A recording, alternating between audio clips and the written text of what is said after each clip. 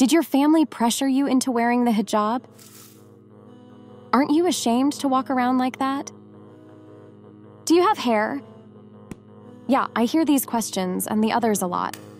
Last week, after I finished my presentation at the university, one of my non-Muslim friends came and said me, "What you say and the cover on your head do not match at all. That's why I don't want to listen to you."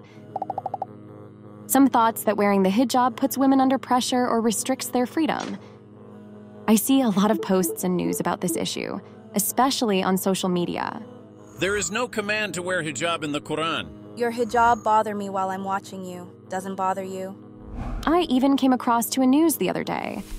A Belgian appeals court has approved the headscarf was banned at 2 faculties in the Flemish region, and earlier this month, the court ruled that there was no reason to reopen the case. That is just one of the news I've encountered. Unfortunately, I see many news just like this, but we should realize that, in reality, the hijab is not something that limits intellectual potential or is a barrier to their mind. The hijab is not a restriction that deprives a woman of expressing herself and renders her personality invisible.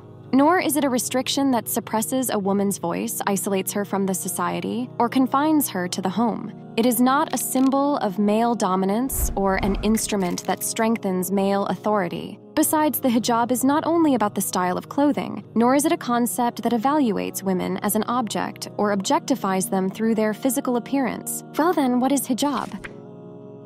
I'm sure that many people don't know such an important subject in detail.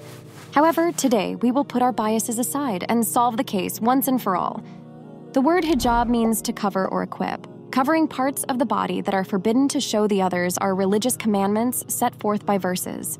Except for their hands and faces, women must cover their bodies with clothes that do not reveal their body shapes, and men must turn their eyes away from women who are not halal to them. In addition, men must dress in a way to cover their body parts between their bellies and kneecaps. In the Surah An-Nur, 30th verse, tell the believing men to reduce some of their vision and guard their private parts. That is purer for them. Indeed, Allah is fully aware of what they do. And the 31st verse continues as, and tell the believing women to reduce some of their vision and guard their private parts, and not expose their adornment, except that which necessarily appears thereof, and to wrap a portion of their head covers over their chests. Contrary to popular belief, hijab is neither a commandment nor dress style only for women. It is a commandment that concerns both men and women about their bodies, spirits, and mindsets. Before we continue on the wisdom of hijab, let's delve into the pages of history and look at how women have approached the issue of hijab. There is a common practice among women throughout history: covering themselves. For example, in the Roman Empire and medieval Europe, covering was an instrument for women to show their social status and a sense of belonging. In other words, it was a sign of wealth. The aristocratic class and the elites especially would wear dresses made of high quality and luxurious fabrics to highlight their status. Similarly, the women would use cloaks and large fabrics named peplum. In the Asian and Mediterranean regions, women covering their bodies were associated with society's concepts of honor. It represented women's protection about their identity and maintaining their moral values. In some Asian societies, covering became almost like a norm. It was also a part of social expectations. While covering stated the role of women in a society, in many regions, from Africa to Europe, the main reason for covering was security and to protect themselves. Women aimed to protect themselves from external factors such as foul gazes. After all these examples, what can we say? Women covering their bodies had importance throughout history. So many women, though the style may vary, deemed covering in some way necessary for their interactions in social life. All right, we see from these various examples from the past that Islam has brought the most appropriate form to this issue with the hijab. We now move on from the dusty pages of the past to present. We experience various problems in every step of our lives, such as the syndrome of getting older, feeling ugly as we age, or not liking ourselves at all, and therefore envying the beautiful women next to us. However, the hijab always ensures social balance. I have a great example I would like to give you. Let's think of 10 women. 6 or 7 of these women are not deemed beautiful by society. They are old or they have a jealous nature. Only 2 or 3 can be beautiful and young. They don't hesitate to show themselves. Now, let's discuss the hijab commandment. From the point of view of each category of women, an older woman may stand back because of all her wrinkles due to her old age. Or a woman who thinks that she is not considered beautiful by others is afraid to show herself, feels embarrassed, and experiences social anxiety. On the other hand, a jealous woman worries and tries not to be discredited in front of women whom she finds more beautiful than herself. A beautiful woman feels uncomfortable under the foul gazes of men whom she doesn't want to get attention from, as well as she wants to protect herself from their gazes. Islam eliminates all these problems for women of different natures and equalizes them on the same level. Does this not accomplish the social balance as well? As Eternal Passenger, we need your support. We are an organization of women volunteers who aim to spread the message of Islam all over the world. Our videos have helped thousands of people change their lives, convert to Islam, give up haram, start praying, wear hijab, learn to read the Quran. By donating through the thanks button and becoming a member of this family by clicking the join button, you can have your share in all these good deeds. Donate to Eternal Passenger.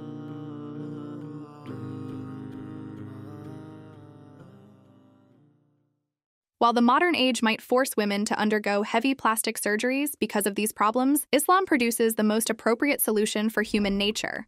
In addition to disciplining the morally ugly desires of human nafs, Islam also establishes rules to protect social order. In Islam, women are not objectified. On the contrary, their thoughts and ideas are respectful, and their value is recognized. The hijab is a profound concept that shows the value of Islam attached to women. It challenges every idea that highlights women as physical objects or with their physical features. For a woman, it is an uncomfortable situation if men direct their attention to her body. Just like this, Islam aims to prevent these situations from occurring with the hijab verses that are revealed both for men and women. Nowadays, the words hijab and woman are almost inseparable in people's minds, which shifts the meaning of hijab from what it is. I know there are a lot of people who struggle to comprehend this easily. If you are wearing hijab, they frequently have an image in their mind that her life is over. Therefore, in a world of their own, they comprehend hijab, which has a different meaning, as something wrong, incomplete, or taboo that has no boundaries. Because of this misunderstanding about hijab, sometimes I receive weird questions like, do you always wear your hijab? Do you sleep in it? Women must obey the hijab rules when there are men who are not halal for them. Some men are halal to women. For instance, women don't have to cover their heads from their fathers, brothers, nephews, uncles, and grandfathers. In other words, Islam shapes a halal and secure circle. The Holy Quran informs us about hijab. That is a more suitable way that they will be known and not to be abused. All right then, does being a hijabi restricts a woman's freedom? Let's go over the concept of freedom first. Freedom is the right of people to express their thoughts, practice their faith, and make their own choices. Then why shouldn't a woman who practices one of the requirements of her faith, namely hijab, be free? If we think that a woman is going to be restricted by her headscarf and won't be able to do anything because of it, I must say we are completely wrong. Because in the circle of halal, women are allowed to do too many activities.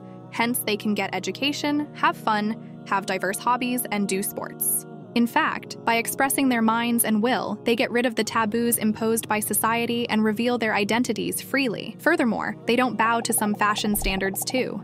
They focus on their inner soul, protect their values, and express themselves. Unfortunately, we still can't get rid of the misperception that the hijab restricts freedom, and they are still trying to impose this on women. On the other hand, there are many women whose freedom was taken from them in the history of the world. Let me share some examples. For example, in ancient Greece, women were deprived of social and political rights. Women would care for the home and raise their children, and were prevented from having an active role in public spaces. In the Roman Empire, women had limited political rights, and the last word on matters about inheritance belonged to men.